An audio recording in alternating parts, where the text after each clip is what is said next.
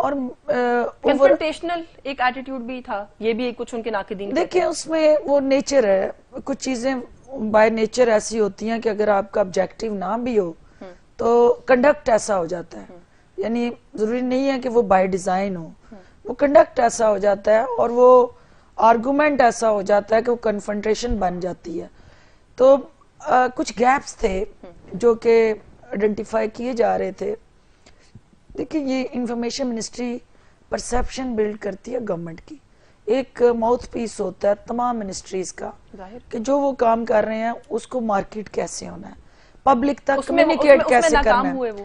اس میں ناکام نہیں ہوئے لیکن پراپرلی وہ ہدف اچیو نہیں کر سکے. ایک ہی بات ہے ویسے, ناکام ہوئے اس کا مطلب ہے ناکام ہوئے, اب آپ کھل کے کہنا نہیں چاہتی. اچھا آج کی جو میٹنگ ہوئی تھوڑا سا اس کا بھی احوال, کیونکہ آپ نے بھی ابھی میڈیا سے گفتگو میں کہا کہ ایک دو لوگ جو مسنگ تھے وہ اتنا بڑا کنسرن نہیں ہے کیونکہ یہ اسپوکس پرسنز کی میٹنگ تھی, لیکن شیخ رشید صاحب بھی ہم نے دیکھا کہ اس میں تھے, وہ تو ترجمان نہیں ہے, تو ناراضگی تو تھی, کچھ لوگ ناراضگی کے باعث شاید نہیں آئے. نہیں دیکھیں, شیخ رشید از آلویز کی player among spokes person meeting, اور وہ ہمیشہ آتے رہے ہیں, اور میرے آنے سے پہلے کہ وہ اسپوکس پرسن میٹنگ میں آتے نہیں, جو اسپوکس پرسن میٹنگ ہے نا وہ صرف اور صرف گورنمنٹ کی کارکردگی جو ہے مختلف سیکٹر میں اس پہ ان کو اپرائز کیا جاتا ہے. جو لوگ میڈیا میں جاتے ہیں, ٹھیک ہے, وہ پارٹی کو جو ریپرزینٹ کرتے ہیں میڈیا میں جاتے ہیں. اب آپ کی پارٹی کے جتنے MNAs ہیں ہر فیس تو میڈیا میں نہیں جا رہا نا, اسی طرح تمام منسٹر میڈیا میں نہیں جا رہے. تو وہ جو کنسرنڈ منسٹریز ہوتی ہیں جو پبلک کے ایشوز کے ساتھ جڑی ہوتی ہیں, ان منسٹرز کو اس لیے بلایا جاتا ہے کہ وہ بریف کریں کہ انہوں نے اپنی اچیومنٹس کیا کی ہیں, تاکہ جو میڈیا میں جانے والے لوگ ہیں وہ اس کو کمیونیکیٹ کر سکیں ٹو پبلک کہ ہماری سکسیس سٹوریز کیا ہیں. جو لوگ نہیں آئے, فواد سے میری خود بات ہوئی, عامر کیانی صاحب مطلب وہ منسٹر تھے, چونکہ ہی از ناٹ منسٹر تو اس وجہ سے وہ نہیں آئے ہوں گے, لیکن جو فواد ہے ہی از ان لاہور, وہ کچھ فیملی انگیجمنٹس تھی اور آج شب برات ہے, اور آپ کو پتا ہے ہمارے مذہبی تہوار ہے اور ہر بندے کے لیے یہ بڑا امپورٹنٹ ہے, سیٹرڈے ہے, تو وہ جو کمٹمنٹس پہلے سے کی ہوتی ہیں لوگوں نے, وہ پھر ایک دم سے پہنچنا اس میٹنگ میں وہ اپ ہل ٹاسک ہوتا ہے, اور اس سے قطعاً یہ تاثر نہیں ہے کہ they are not on board. آپ نے ابھی کہا نا کہ آپ کو کچھ دن پہلے سے فیلنگ آ رہی تھی کہ شاید آپ کی رسپانسبلٹی بڑھ جائے گی, لیکن ایک تنقید یہ ہو رہی ہے کہ شاید بغیر کسی ہوم ورک کی یہ تبدیلیاں کر دی گئیں. اسد عمر صاحب ریزگنیشن دے دیتے ہیں, کون وزیر خزانہ بنے گا, ایک کنفیوژن اس کا آغاز ہو گیا. شہریار آفریدی, ان کا پورٹ فولیو آپ تبدیل کر کے ایک ایسی وزارت دیتے ہیں جس کو پی ٹی آئی خود کہہ چکی کہ اس کو ڈیزالو کر دیں گے, اس وزارت کی ضرورت ہی نہیں ہے, تو لگتا ہے تیاری نہیں تھی. نہیں ایسی بات نہیں ہے. دیکھیے پاکستان جو ہے ایک بہت سینسیٹیو سچویشن سے گزر ہے, اور ہمارے جتنے ڈومیسٹک ایشوز ہیں, اکنامک ایشوز ہیں, پھر ریجنل ایشوز ہیں, پھر انٹرنیشنل آپ کے چیلنجز ہیں, ان سب چیزوں کو گورنمنٹ جو ہے وہ بڑا سینسیٹیولی دیکھتی ہے, اور وہ باریک بینی سے ایک ایک چیز کو اینالائز کرتی ہے. اور پرائم منسٹر صاحب اس حوالے سے وہ ایک یونیک پرائم منسٹر ہیں کہ وہ چیزیں جو مجھے شاید بعد میں پتہ چلتی ہیں وہ ان کو مجھ سے پہلے پتہ ہے, اور وہ میں حیران ہوتی ہوں جب ان کے ساتھ میٹنگز میں بیٹھتے ہیں, ان کی ویژن کو اپریشیٹ کرتی ہوں کیونکہ ان کی انٹرنیشنل اورینٹیشن ہے, ان کا آڈینس جو ہے وہ انٹرنیشنل ہے, ان کی کولیبریشن انٹرنیشنلی ہے. تو وہ کوئی لوکل ماجا گاما ساجا پرائم منسٹر نہیں ہے کہ ایک کام سیاستدان اٹھا کے تو وہ پرائم منسٹر کی کرسی پہ بیٹھ گیا. ان کے پاس نالج ہے, انفارمیشن ہے اور ایکسپوجر ہے. لیکن جو ٹیم میں معذرت چاہتی ہوں, جو ٹیم انہوں نے پہلے لگائی اس سے تو یہ نہیں لگتا, کیونکہ دیکھیں نا 8 مہینے کے اندر وہ خود ہی اپنا فیصلہ واپس لینے پر مجبور ہو گئے. اس لیے کہ جو بھی پارٹی ہیڈ ہوتا ہے وہ موقع دیتا ہے, اپنے کھلاڑیوں کو کیپٹن کھلاتا ہے اور کانفیڈنس شو کرتا ہے. کھلاڑی اگر کسی جگہ پہ ہر پیچ پہ پرفارم نہیں کر سکتا, ہر پیچ ہر پلیئر کے لیے ہموار نہیں ہوتی, اور وہ اس کی بیٹنگ آرڈر بدلتا ہے اور اس کو پرفارمنس اورینٹیشن کے ساتھ جوڑ دیتا ہے, تو یہ اس کیپٹن کا حق ہے. اس کے سامنے ٹارگٹ نہ ذاتی دوستی ہیں نہ تعلق ہے, prime interest and agenda Pakistan ہے کہ وہ پاکستان کا میچ جیتنا ہے. وہ کسی پرسنل ایجنڈے پہ نہیں آئے ہیں, نہ کوئی سیاسی مفاد کے لیے آئے ہیں. اب ان کا مفاد صرف اور صرف چلے مجھے ایک بریک لینی ہے، بریک سے واپس آ کے اس پہ بات کرتے ہیں، کیونکہ تنقید اس وقت یہ ہے کہ کیا پاکستان کوئی تجربہ گاہ ہے کہ بار بار ٹیم چینج کر کے چیک کر رہے ہیں کہ کون میچ جیت جاتا ہے. اس پر بات کرتے ہیں اس بریک کے بعد. ویورز ہمارے ساتھ رہیے. جی ویلکم بیک ناظرین. بریک پہ جانے سے پہلے ہم بات کریں خصوصی طور پر آج ڈاکٹر فردوس عاشق اوان صاحبہ سے. اور جو میں نے نقطہ چھوڑا تھا، پاکستان کا کوئی ایکسپیریمنٹ کرنے کا گراؤنڈ ہے؟ وہ لوگ کہتے ہیں جی کہ آپ نے 8 مہینے معیشت ملک کی ایک ایسے شخص کو دے دی جس کو آپ نے خود ہی آخر میں کہہ دیا کہ شاید وہ کیپیبل ہی نہیں تھا، نہیں چلا سکا. دیکھیں آپ کو پتا ہے کہ پاکستان میں بائی پولر پارٹی سسٹم رہا. ایک سیاسی جماعت آئی، اس نے دوسری سیاسی جماعت کو موقع دیا، فیسیلیٹیشن ہوئی، اور تھرڈ آپشن پاکستان میں کبھی آیا ہی نہیں ہے. فرسٹ ٹائم پاکستان کے اندر پاکستان کے عوام نے عمران خان صاحب کی شکل میں ایک تھرڈ آپشن اویل کیا اور انڈورس کیا، ان پہ اپنا اعتماد اور حکومت دی. اب جو سچویشن ہے، اگر بزنس ایز یوزول ہونا ہو، اگر سب کو گڈی گڈی کر کے کھیلنا ہو، اپنے سیاسی مفاد عزیز ہوں، کاروباری مفاد عزیز ہوں، تو عمران خان صاحب کو بھی کوئی ضرورت نہیں ہے اپنے ٹیم کو بدلنے کی اور اپنے لوگوں کو اکاؤنٹیبل ٹھہرانے کی اور ناراضگیاں موڑ لینے کی اور اتنے سالہ پرانی دوستیاں اور تعلق قربان کرنے کی. وہ بھی چپ کر کے بیٹھے رہے. فرنٹ فیس پہ جو کھیل رہا ہے، جو تباہی کر رہا ہے، وہ پاکستان کو کنٹریبیوٹ کر رہا ہے کہ نہیں، عوام کا کوئی فائدہ ہو رہا ہے نہیں، وہ بھی چپ کر کے اپنے کاروباری مقاصد اچیو کرتے. آپ جو بات کر رہے ہیں یہ صرف ایک اسد عمر صاحب کے لیے اٹ سٹینڈز ٹرو جو آپ کہہ رہی ہیں. اس کے علاوہ تو کیا ہوا؟ جو لوگ پرفارم نہیں کر سکے، فار ایگزامپل جن کو ری شفل کیا گیا نا، ایک پورٹ فولیو میں ناکام ہوئے، دوسرا دے دیا ناکامی. ایسے نہیں ہے. آپ وہ جتنے پولیٹیکل لوگ ہیں ان کے ساتھ ایک پبلک مینڈیٹ ہے. وہ لوگ عمران خان صاحب کی ٹیم کا حصہ ہیں.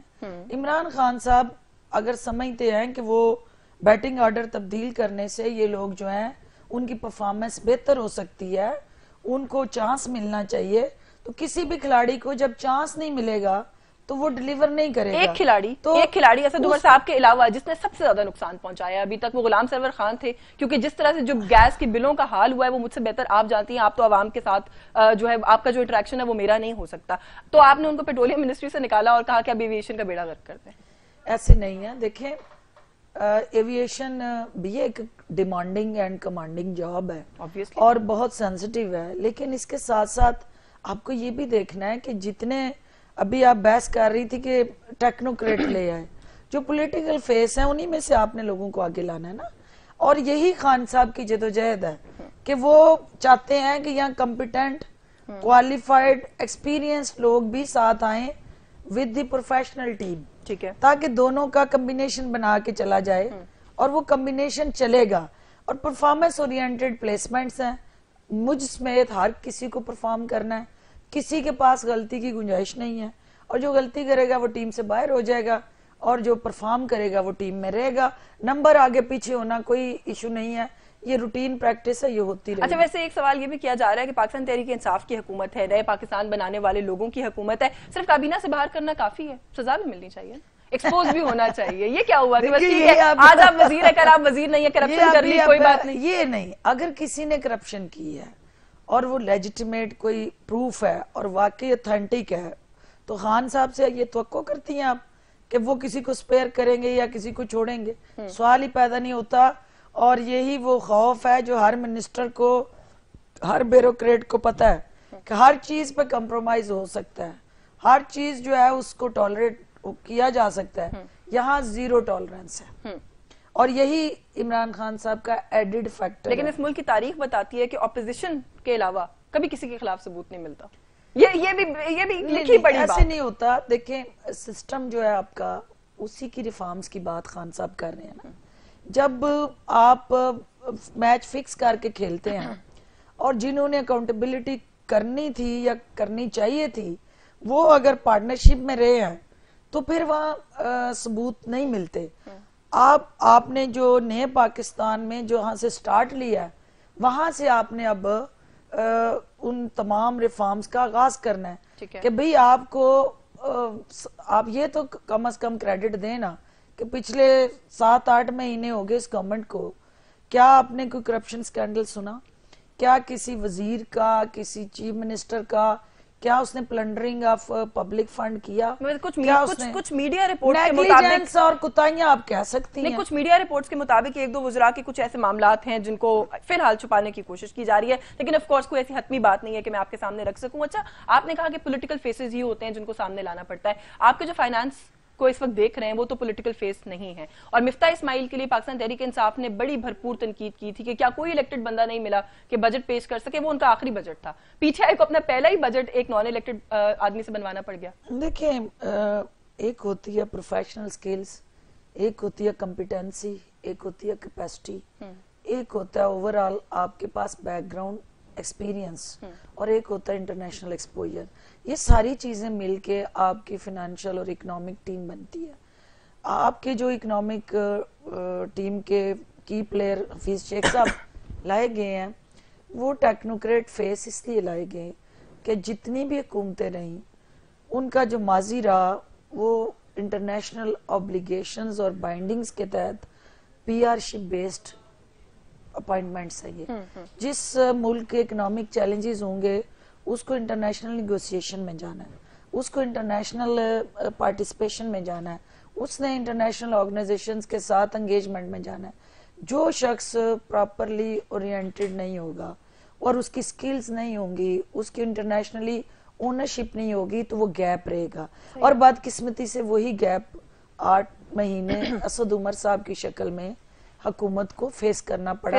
ہی is competent, very well qualified, P T I کا فیس ہے, لیکن انٹرنیشنلی جو ریکوائرمنٹس تھی انٹرنیشنل انسٹیٹیوشنز کی وہ ہم میٹ نہ کر پائے, کیونکہ وہ لانگ ٹرم پارٹنرشپ مانگتے ہیں. یہ جو آپ بتا رہے ہیں نا پیکج کے اندر جو جو چیزیں ہونی چاہیے وہ شاید یو رائٹ ہو سکتی ہیں, حفیظ شیخ صاحب پوزیس کرتے ہوں, لیکن 2011 میں کیمپین کرتے ہوئے خان صاحب جو بار بار کہتے رہے کہ جی پچھلی حکومت لوٹ گئی, بیچ گئی, کھا گئی, 3 سال تو پھر لوٹا بیچا اگر کسی نے, تو اس میں حفیظ شیخ صاحب جو ہے وہ پارٹ اینڈ پارسل تھے. تو آج وہ ٹھیک کیسے ہو گئے؟ جس حفیظ شیخ کو میں جانتی ہوں کیونکہ میرے ساتھ کام کیا, آپ اس کیبنٹ میں تھیں, اور I rest assure you کہ ایک پینی بھی اس شخص نے ڈس آنیسٹی نہ کی, نہ کرنے دی, بلکہ اس میں دیوار بنے.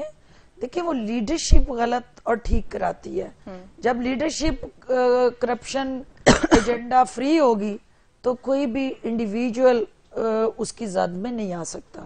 اور اگر لیڈرشپ کا مقصد پرسنل کاروبار کو تحفظ دینا, پرسنل فنانس کو انشور کرنا, اور پرسنل بینک بنا کے نیشنل ایکسچیکر کو پہ ڈاکے ڈال کے چوری کر کے منی لانڈرنگ سے باہر بھیجنا اور پھر اومنی گروپ بنانا اور اس طرح سے ان کو واپس لانا, جب لیڈرشپ کا یہ ایجنڈا ہو تو پھر اس میں منسٹرز جو ہیں وہ اعلیٰ کار نہیں بنتے. اور یہی وجہ تھی کہ وہ ہمیشہ ٹف ٹائم, آپ کو پتہ رہا, میں ان کے ساتھ کام کرتی رہی, اور الٹیمیٹلی لاسٹ ڈیز میں he was not part of our team. نہیں, وہ تو he was not, وہ تو میں نے تبھی کہا کہ 3 سال رہے وہ آپ کی ٹیم کا حصہ. اچھا, آپ نے جو ساری کوالٹیز گنوائی ہیں وہ ڈیل کرنے والی, نیگوشیٹ کرنے والی, وہ تو اپیرنٹلی وہ تجربہ اسحاق ڈار صاحب کے پاس بھی ہے, اور وہ آفر بھی کر رہے ہیں اپنی سروسز. وہ کہتے ہیں جی مجھے دے دیں, میں ٹھیک کر دیتا ہوں. دیکھیں, اسحاق ڈار میں اور حفیظ شیخ میں یہ فرق ہے کہ حفیظ شیخ پاکستان کا بیٹا, پاکستان سے باہر رہ کے ان نیشنل انسٹیٹیوشنز میں پاکستان کا مقدمہ لڑتا رہا اور اس ملک میں پیسے لاتا رہا اور مختلف گورنمنٹس کو سپورٹ کرتا رہا. اسحاق ڈار صاحب اس ملک سے پیسہ لوٹتے رہے, اور وہ دبئی, اور یہ تو ایلیگیشن نہیں ہے, اگر کوئی اس میں صداقت نہیں ہے تو آئیں اور سامنا کرے, آئیں اپنی جو ان کے اوپر ہونے والے الزامات ہیں اس کو غلط ثابت کریں. عدالتیں آپ کی آزاد ہیں اور وہ ریلیف دے رہی ہیں.